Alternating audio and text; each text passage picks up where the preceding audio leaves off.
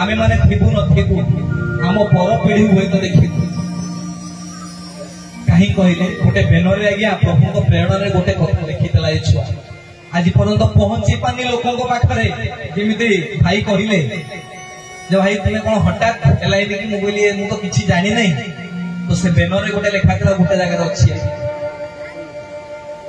हे सारथी तुम्हें स्वयं नारायण कुरुक्षेत्रे देल समस्त प्रमाण हे रथे सारथी फेरिया पुणी हाथे धरी तुम प्रिय पंचजन्य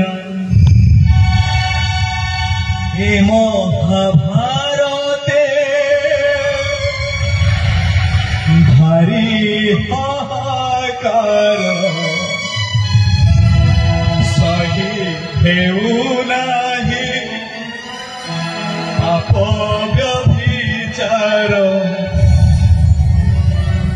सत्य धर्म न्याय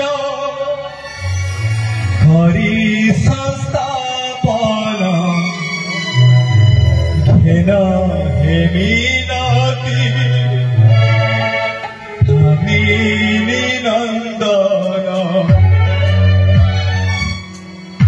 हे महाभारते भारी हाहाकार सही हेउ नाही पाप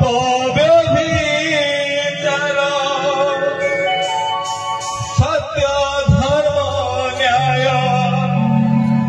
करी संस्थापन घेन हे मीनती कामिनी नंदन